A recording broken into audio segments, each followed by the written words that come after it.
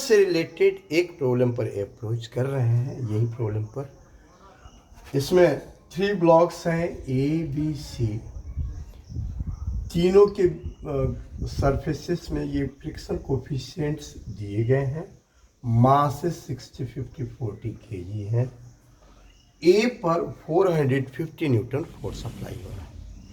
तो ए पर applied force है, तो इस सिचुएशन में ए का एक्सेलरेशन सबसे अधिक होगा। ए से बी का एक्सेलरेशन या तो कम होगा या इक्वल हो सकता है। बी से भी सी का एक्सेलरेशन या तो कम होगा या इक्वल हो सकता है, क्योंकि फोर्स अप्लाई करेंगे ए पर तो ए मूव करेगा आगे, एक्सेलरेट करेगा आगे, तो बी पर फ्रिक्शनल फोर्स आगे लगा के बी को एक्सेलरेट कराएगा। कौन? ए। तो बी को एक्सेलरेट ए करा रहा है, तो फिर बी का एक्सेलरेशन अधिक कहाँ से होगा? और यदि बी का एक्सेलरेशन अधिक होने लगेगा तो ए उस पर फ्रिक्शनल फोर्स पीछे न लगाएगा, इसलिए बी का एक्सेलरेशन अधिक नहीं हो सकता। ये कैसे गलती आ जाता है? ये तब आएगा जब हम यहाँ पर दो सरफेसेस के बीच में जो फ्रिक्शन लेते हैं वह लिमिटिंग फ्रिक्शन लेते हैं। वास्तव में स्टैटिक फ्रिक्शन का वैल्यू तो लिमिटिंग से छोटा या 0 तक कुछ भी हो सकता है, तो या इक्वल हो सकता है। तो हम लोग को ये पता नहीं कि यहाँ पर फ्रिक्शन कितना लगेगा, तो हम लोग पहले लिमिटिंग लेके ही आगे प्रोसीड करेंगे। यदि ए से बी का एक्सेलरेशन अधिक आ जाएगा तो इसका अर्थ है कि ए और बी के कॉन्टैक्ट सरफेस में फ्रिक्शन लिमिटिंग नहीं है, स्टैटिक है। कितना है उसके बाद देख लेंगे। और उस सिचुएशन में ए और बी का एक्सेलरेशन सेम होगा, यानी दोनों को कंबाइंड बॉडी मान के आगे बढ़ेंगे। ऐसे ही सिचुएशन बी और सी के लिए होगा कि बी जब एक्सेलरेट करेगा आगे तब सी को एक्सेलरेट कराएगा आगे, यानी बी से सी का एक्सेलरेशन अधिक नहीं हो सकता है। यदि हो रहा है तो इसका अर्थ है बी और सी के बीच में भी लिमिटिंग फ्रिक्शन नहीं है। फिर वही सिचुएशन स्टैटिक फ्रिक्शन है तो बी और सी का एक्सेलरेशन सेम होगा, तो बी और सी को कंबाइंड सिस्टम लेके फिर हम एक्सेलरेशन देखेंगे। तो ये हो सकता है कि ए और बी और सी तीनों का एक्सेलरेशन सेम हो जाए, तीनों को कंबाइंड सिस्टम लेना पड़े, या ये हो सकता है कि एक एक्सेलरेशन अधिक आ जाए, बी का उससे कम आ जाए, सी का उससे कम आ जाए, तो ठीक है, तब इसका अर्थ लिमिटिंग फ्रिक्शन है सरफेसेस में। ठीक है, अब इसमें आगे बढ़ते हैं, अपने दिख जाएगा। तो ए के लिए फ्री बॉडी डायग्राम हम बनाए, उसके पहले यहाँ पर देख लें ए पर नॉर्मल रिएक्शन कहाँ होगा? ऊपर की ओर। इसका अपना वेट mg कहाँ होगा? नीचे की ओर 60g। फोर्सेस कौन कौन से देखने हैं? mg, n, t, friction f applied, फिर स्प्रिंग फोर्स, फिर स्यूडो फोर्स। इट इज ऐसे ही फोर्सेस हम लोग को देखने हैं, और जो भी फोर्स दिया हो। रेसिस्टिव फोर्स भी कोई हो सकता है, जैसे विस्कस फोर्स हो या कुछ और फोर्स हो, विस्कस फोर्स वगैरह, एफ भी, ऐसे कुछ भी आ सकता है वहाँ पर या कोई ड्रैग फोर्स दिया गया हो वहाँ पर। तो जो भी फोर्सेस है ETC, मतलब आगे के देखें हम लोग यहाँ पर इसमें देखें तो mg है, दो जगह कांटेक्ट है, एक यहाँ कांटेक्ट है, एक यहाँ कांटेक्ट है। तो यहाँ normal reaction towards the system perpendicular to contact surface सब जगह होगा।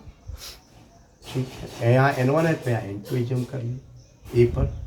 अब ए पर टेंशन नहीं है, स्ट्रिंग नहीं है, तो टेंशन नहीं है, ये फोर्स नहीं है, फ्रिक्शन है। अप्लाइड फोर्स ए पर आगे की ओर है, तो क्लियर है कि ग्राउंड के रिस्पेक्ट में एक्सेलरेट आगे करेगा, तो फ्रिक्शन कहाँ लगेगा? रिलेटिव मोशन के अपोजिट, पीछे की ओर लगेगा ए पर। अब यहाँ भी तो बी के रिस्पेक्ट में ए आगे मूव करेगा, तो बी ए पर फ्रिक्शन कहाँ लगाएगा? पीछे की ओर, क्योंकि बी के रिस्पेक्ट में ए का रिलेटिव मोशन आगे होगा, तो ए पर रिलेटिव मोशन के अपोजिट फ्रिक्शन पीछे लगेगा, लेफ्टवर्ड डायरेक्शन में, बैकवर्ड डायरेक्शन में। अब ए पर फोर्सेस जो भी हैं वो सब होगा। इसका फ्री बॉडी डायग्राम बना ले, यहाँ देख ले। अप्लाइड फोर्स है वो 450 दिया ही यहाँ पर, और ये स्प्रिंग नहीं है, स्यूडो नहीं है, विस्कस फोर्स नहीं है, ड्रैग फोर्स कोई फोर्स नहीं है, mg, n और f है, तीन ही है यहाँ पर। तो तीनों हम लोग, और एक अप्लाइड फोर्स, 4। और देख लीजिए, तो यहाँ पर फॉर ए चल रहा है, ए के लिए चल रहा है हम लोग। ए पर फ्री बॉडी डायग्राम इसका बना दें। एक mg फोर्स मतलब 60 जी फोर्स नीचे की ओर, N2 भी कहाँ दिख रहा है, नीचे ही दिख रहा है यहाँ पर, N1 कहाँ दिख रहा है, अपवर्ड डायरेक्शन में दिख रहा है। वो ये फ्रिक्शन दो है यहाँ पर, एक F1 है, दूसरा F2, दोनों का लिमिटिंग वैल्यू देखेंगे, अभी देखेंगे। और अप्लाइड फोर्स कहाँ है, आगे है कितना, 452। ट्रिगर डायग्राम हो गया। इसका एक्सेलरेशन कहाँ की ओर होगा, आगे की ओर हो सकता है, A1। ये किसके लिए चल रहे हैं, E के लिए चल रहे हैं। अब इसमें एक चीज ध्यान रखना है कि यहाँ पर जो फोर्सेस A पर दिख रहे हैं या B और C पर दिख रहे हैं, तो पहले तो हॉरिजॉन्टल सरफेस है सब जगह, और ये जो फोर्सेस यहाँ पर जो फोर्स लग रहा है, वो चाहे फ्रिक्शन वगैरह जो भी लग रहा है, ये सब हॉरिजॉन्टल डायरेक्शन में लग रहा है, नॉर्मल रिएक्शन और ग्रेविटेशनल फोर्स को छोड़ के। बाकी सब फोर्सेस कहाँ है, हॉरिजॉन्टल डायरेक्शन में। तो इस सिचुएशन में सरफेस भी हॉरिजॉन्टल है, इस सिचुएशन में हम लोगों को सीधे यहाँ पर N1 का वैल्यू देखना होगा, तो ऊपर वाले सारे वेट को ऐड कर देंगे। यदि कोई ऑब्लिक फोर्स नहीं है तब ये ध्यान रखना, ऑब्लिक फोर्स होगा तो कभी ऐसा गलती नहीं करना है, तब कंपोनेंट लेना है। वो कंपोनेंट N1 के अलॉन्ग ले लेंगे तो अपने N1 का वैल्यू आएगा, उसके लिए N2 का रोल रहेगा, N3 का भी रोल रहेगा, तो सब अपना करेंगे।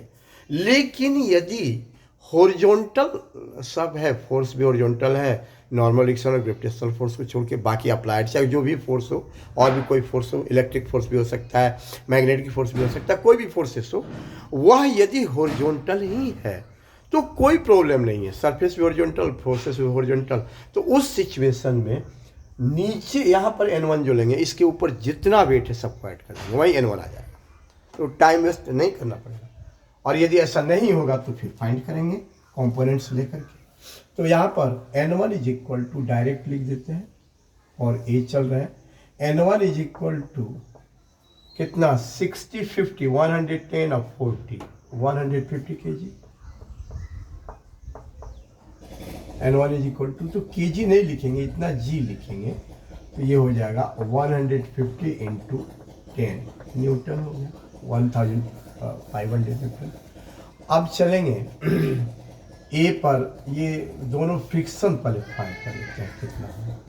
तो F1 का वैल्यू, F1 का लिमिटिंग वैल्यू कितना होगा, μ1 इंटू N1 होगा, तो μ1 का वैल्यू पता है 0.2, और N1 का वैल्यू पता है 150 इंटू 10 को अलग इसलिए लिखे है ना कि 10 से ये 0.2 खत्म के 2 हो जाएगा, तो सीधे दिख रहा है 300 न्यूटन आ जाएगा, 150 इंटू 2 300। अब F2 का भी लिमिटिंग वैल्यू फाइंड करेंगे, तो इसके लिए हमको N2 की जरूरत है। N2 के ऊपर भी वही सिचुएशन है, सब हॉरिजॉन्टल फोर्स है जो हमने N1 के लिए देखा। तो यहाँ भी N2 के लिए इसका 50 और 40 kg ये दोनों ऐड हो जाएगा, N2B पर ऊपर जो रहेगा 50 kg और 40 kg ऐड होकर 90 kg हो गया, तो 90G हो गया, तो 90 इंटू 10 हो गया। यहाँ पर G का वैल्यू 10 हमने ले लिया, तो F2L का वैल्यू भी यहाँ पर फाइंड कर लेंगे। हमको पता नहीं है कि वहाँ फ्रिक्शन स्टैटिक है कि लिमिटिंग है, लेकिन लिमिटिंग लेके ही आगे बढ़ना पड़ेगा। तो F2L इज इक्वल टू, अब μ2 यहाँ पर 0.15 है, इंटू N2 है 90 इंटू 10, तो 2 जीरो से ये डेसिमल खत्म हो गया, 15 इंटू 9 135 न्यूटन F2L का वैल्यू। अब हम F is equal to m a acceleration की तरफ चलेंगे। F is equal to m a along acceleration. तो यहाँ पर A1 के अलॉन्ग 450, तो इसका 450 कॉस 0 डिग्री मतलब प्लस 450 होगा। ये कॉस 180 आ जाएंगे F1 F2 अपोजिट डायरेक्शन से, तो माइनस में हो जाएगा, तो सीधे लिख देते हैं 450 प्लस में माइनस F1 और माइनस F2, तो F1 का वैल्यू है 300 और माइनस F2 का वैल्यू है 135 इज इक्वल टू मास का 60 इंटू एक्सेलरेशन A1। तो इससे 301 35 मिल के 435 हो गया, 450 है, 15 बचा इधर, 15 इज इक्वल टू 60 A1। तो A1 इज इक्वल टू 15/60 यानी 1/4 यानी 0.25 metre per second square.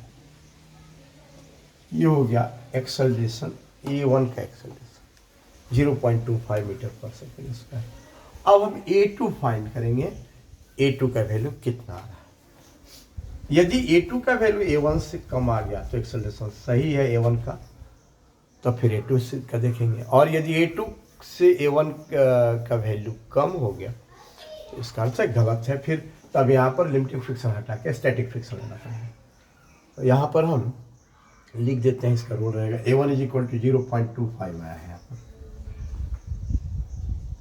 0.25। A1 is equal to 0.25 metre per second square आया। ठीक है, यहाँ पर इसको मिटा रहे हैं, बी के लिए चल रहा है।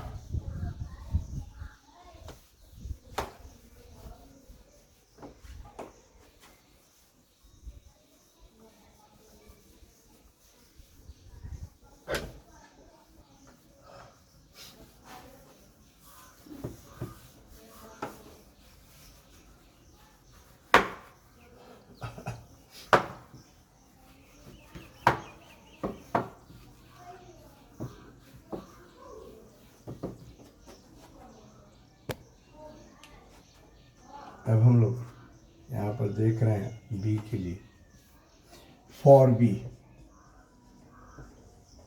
के लिए फ्री बॉडी डायग्राम बना लें। तो बी पर फोर्सेस, एक तो जब ए आगे मूव करेगा, एक्सेलरेट करेगा, तो बी ए पर F2 बी बैकवर्ड डायरेक्शन में लगा रहा था, तो ए बी पर फ्रिक्शन कहाँ लगाएगा? F2 ही लगाएगा। एक सरफेस में, एक कॉन्टैक्ट सरफेस में फ्रिक्शन का वैल्यू सेम होता है, F2 इधर तो इधर भी F2 होगा, और ये राइटवर्ड डायरेक्शन में। और सी बी पर फ्रिक्शन कहाँ लगाएगा? लेफ्टवर्ड डायरेक्शन में, इसे F3 मान लेते हैं। तो बी पर फोर्सेस देखेंगे। इसके अलावा यहाँ भी कॉन्टैक्ट है, दो जगह कॉन्टैक्ट है, एक कॉन्टैक्ट यहाँ है, एक कॉन्टैक्ट यहाँ है। तो यहाँ N3 कहाँ लगेगा? नीचे की, N3 मान लेते हैं। और इस पर इसका अपना वेट कहाँ होगा? नीचे। तो यहाँ पर बना देते हैं पिवट डायग्राम। इसमें ये इसका अपना वेट पर शो करेंगे 50 जी, कहाँ की ओर? नीचे। नॉर्मल रिएक्शन N2 कहाँ की ओर होगा? इस पर बी पर ऊपर की। N3 नॉर्मल रिएक्शन कहाँ होगा? नीचे की।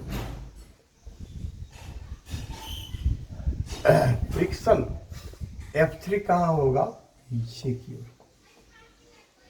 और F2 फ्रिक्शन कहाँ होगा? फॉरवर्ड डायरेक्शन में।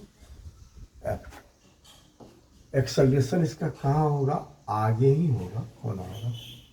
तो ये यहीं सारे फोर्सेस दिख गए, F2 F3, वेट दिख गया, नॉर्मल रिएक्शन, दो जगह कॉन्टैक्ट है, दो ठो फ्रिक्शन, दो ठो नॉर्मल रिएक्शन, वेट हो गया, बस यही फोर्सेस है। अप्लाइड फोर्सेस पर है ही नहीं, बाकी कोई फोर्स नहीं। तो ये बी के लिए है, बी के लिए फ्री बॉडी डायग्राम बन गया। अब बी पर N2 का वैल्यू देखें तो जैसे पहले हमने देखा था कि इसके ऊपर का सारा वेट ऐड कर लेंगे, चूंकि हॉरिजॉन्टल डायरेक्शन में फोर्सेस है। तो 50 + 40 90 जी, यानी 90 × 10 न्यूटन हो गया। अब F2 का जो वैल्यू होगा यहाँ पर N2 इज इक्वल टू, तो पहले ही हम देख चुके थे, हालांकि इसका कोई रोल नहीं है। F12 तो हम लोग फाइंड कर चुके थे, पहले लिख देते हैं। F12 का वैल्यू आया था 135 न्यूटन, इसको छोड़ देते हैं। N3 का वैल्यू फाइंड करना, तो चूंकि F3L का वैल्यू देख लें, N3 इज इक्वल टू हो जाएगा 40 जी। तो F3L का वैल्यू देखें हम लोग, तो μ3 0.2, μ3 0.2 है, × N3 C पर यही N3 लाएगा, 0.2 × 40 × G का वैल्यू 10 ले लेते हैं। तो ये हो जाएगा, सीधे दिख रहा है 80 न्यूटन। 10 से 0.2 खत्म कर 2 × 40 80 न्यूटन। तो अब हम लोग क्या करेंगे, इसमें आगे की ओर एक्सेलरेशन हो रहा है, तो F इज इक्वल टू में आगे की ओर ले लेते हैं एक्सेलरेशन के लॉन्ग। तो F इज इक्वल टू में अलॉन्ग एक्सेलरेशन सीधे लिख देते हैं वैल्यू हम। तो F2 का वैल्यू हमको पता है, F2 का लिमिटिंग 135 आगे की ओर। A2 के डायरेक्शन में है, पॉजिटिव हो गया cos 0 डिग्री, और ये निगेटिव हो जाएगा, बाकी इन सब का कॉम्पोनेंट्स तो जीरो ही आ जाएगा।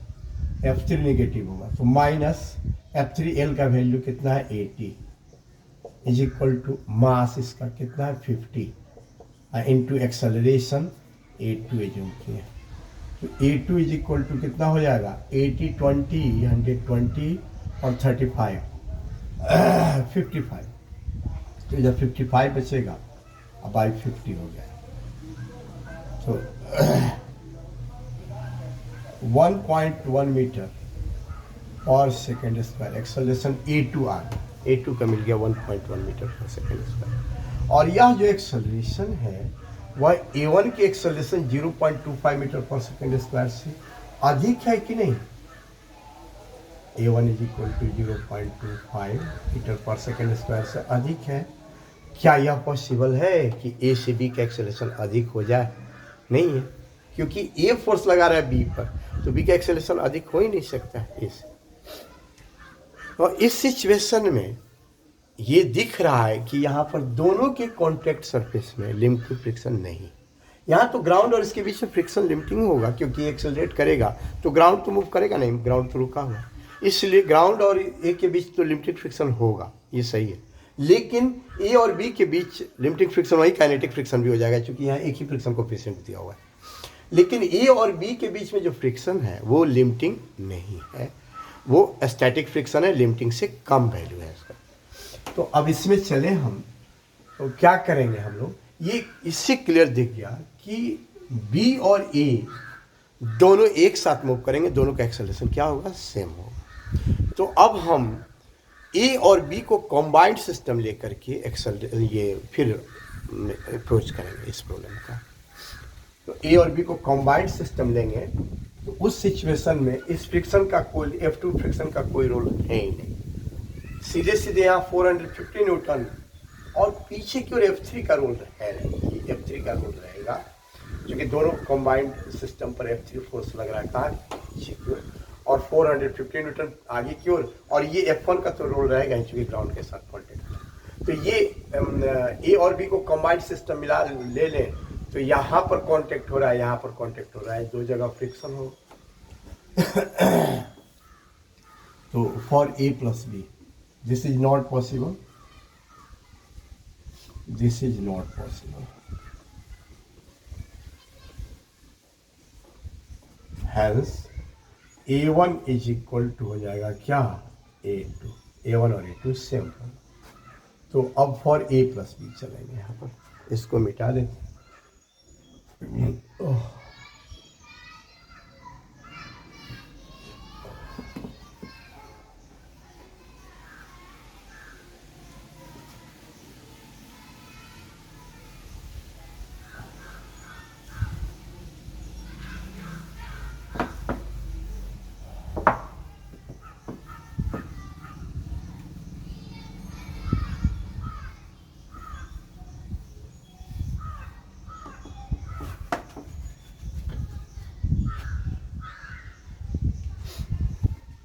फॉर ए प्लस बी, चलो फॉर ए प्लस बी। अब इसमें ए प्लस बी पर के लिए फ्रीबर्ड डायग्राम देखें तो 60 जी नहीं सॉरी, ए प्लस बी दोनों का मिला के यहाँ पर 60 प्लस 50 110 जी हो गया नीचे की ओर। हालांकि सबका रोल नहीं है, डायरेक्ट लिख देते।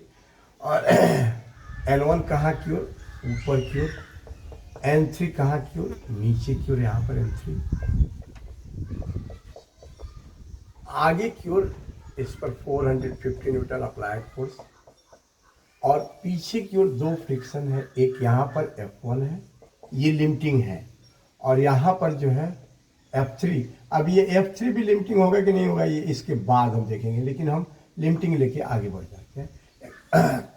एक्सेलरेशन इसका क्या होगा, A1 A2 दोनों का मिला के एक्सेलरेशन हम A एज्यूम कर लेते हैं, A is equal to A1 is equal to A2 मान लेते हैं। अब हम लोग सारे फोर्सेस कंपोनेंट आगे यहाँ पर देखेंगे। F1 F3 F1L तो पहले ही आ चुका है हम लोग का। F1L आया था 300 न्यूटन। F1L का वैल्यू आया था, बोला जाएगा 300 न्यूटन। तो इसका रोल तो है, F2 का कोई रोल ही नहीं। अब F3 का रोल है, तो F3 का भी आया था। F3 का भी लिमिटिंग वैल्यू देखे थे तो 80 न्यूटन आया था, उसी को यूज करेंगे। A1 तो ये गलत है। अब चल रहे हैं हम लोग ये A प्लस बी के लिए चल रहे हैं, A प्लस बी। आगे की ओर देखेंगे 450 फॉरवर्ड डायरेक्शन माइनस पीछे की ओर F1L और F3L। तो F1L 300 और ये 80 is equal to mass into acceleration. तो इन दोनों का मास 50 और 60 कितना हो जाएगा 110 यहाँ पर I इंटू एक्सेलरेशन A।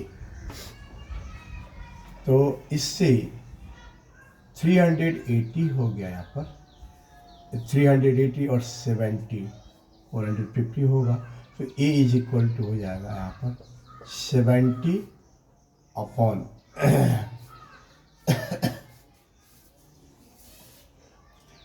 110। तो 7/11 मीटर पर सेकेंड स्क्वायर हो गए।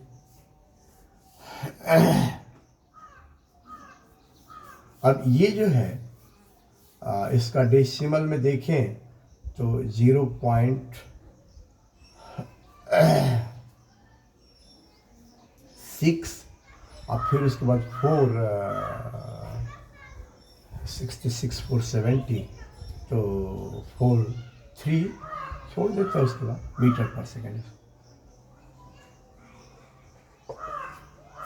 एक्सेलरेशन हो गया A का।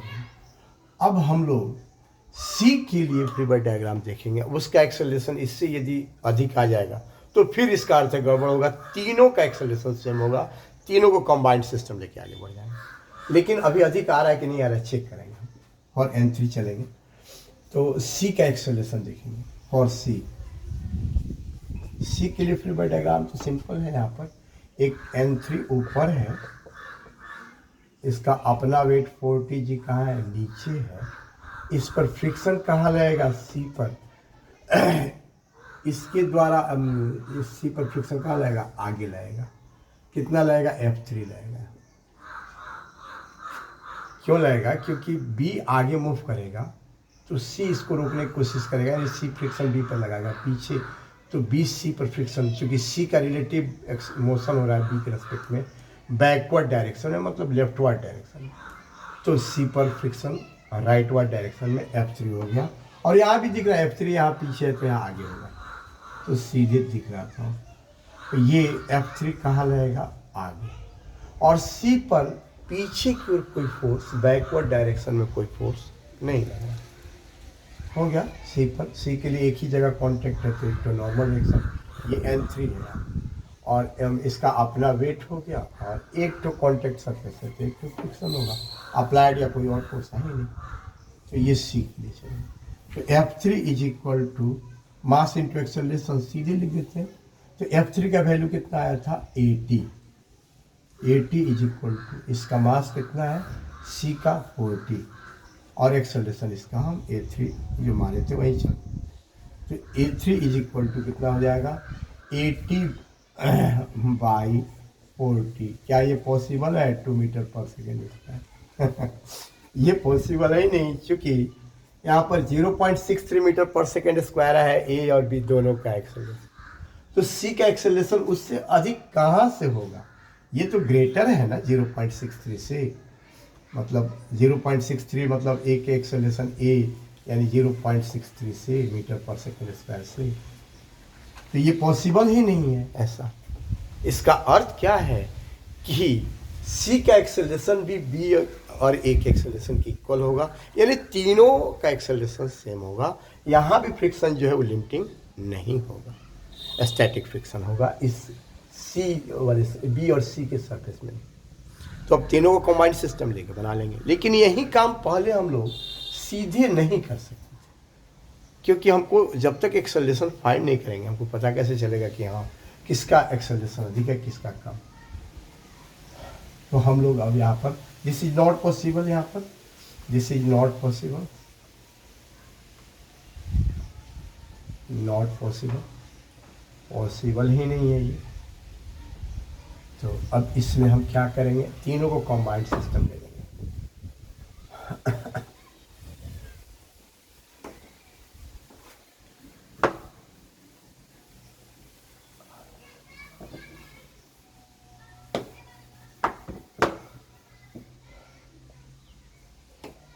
Hence, A1 is equal to A2 is equal to A3 is equal to A6 मान लिया। अब चलते हैं, तीनों को कंबाइंड सिस्टम लेते हैं। तो एक 450 न्यूटन यहाँ पर लगेगा और एक ही जगह कॉन्टेक्ट यहाँ पर होगा, तो F1 पीछे लगेगा। बस दो ही फोर्सेस हैं। नॉर्मल एक्शन तो है, उसका कोई रोल नहीं है, वो तो क्लियर है कि F3 यहाँ पर F1L 300 आया था तो वो तो रहेगा ही, यहाँ तो लिमिटिंग फ्रिक्शन होगा ही। तो F1L 300 हो गया एक, और 450 आगे हो गया, बस दो ही फोर्सेस हो गए। बाकी N1 ये नॉर्मल एक्शन कॉम्पोनेंट्स जीरो ही आ जाएंगे। तो सीधे देखेंगे for A plus B plus C, for A plus B plus C चलेंगे हम। तो 450 आगे, अब माइनस पीछे की ओर कितना 300 is equal to mass into acceleration. Mass तीनों का कंबाइंड मास 150 और एक्सेलरेशन A। तो A इज इक्वल टू कितना हो जाएगा, 450 माइनस 300, 150 अपॉन 150 यानी 1 मीटर पर सेकेंड स्क्वायर। यही एक्सेलरेशन आ गया तीनों का कंबाइंड। ठीक है, अगले वीडियो में हम लोग फिर ऐसे ही प्रॉब्लम्स देखेंगे और या थ्योरी भी देखेंगे। जिसको भी ज़रूरत हो, आप लोगों में से जिसको भी ज़रूरत हो, कमेंट बॉक्स में या मेरा नंबर भी डिस्क्रिप्शन में दिया हुआ है, उस पर व्हाट्सएप से मैसेज भेज सकते हैं, कॉल भी कर सकते हैं और क्वेश्चन भेज सकते हैं, या कमेंट बॉक्स में भी क्वेश्चन पूछ सकते हैं, हम सॉल्यूशन करेंगे। बीच में एक क्वेश्चन का सॉल्यूशन हम नहीं कर पाए थे, बीच में हम ब्रेक हो गए थे, कुछ कारण से हम वीडियो अपलोड नहीं कर पा रहे थे, लेकिन अब डालेंगे। कोई भी कमेंट उसमें आएगा तो उसको हम चेक करके डालेंगे। और दूसरा चीज़ ये है कि कोई भी प्रॉब्लम व्हाट्सएप से आए, कमेंट से आए, हम डालेंगे। डिस्क्रिप्शन में मेरा नंबर है। Thank you.